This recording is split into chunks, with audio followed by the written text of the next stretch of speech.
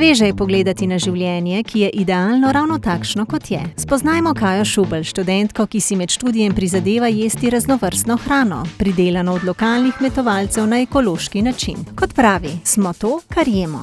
Ko posežem po ekološki hrani, vem, da pojem nekaj kvalitetnega, kar je bogato z hranili, vitamini in minerali. S tem vem, da naredim nekaj dobrega za svoje telo in počutje, hkrati pa ima tudi hrana bolj pristen in oven okus.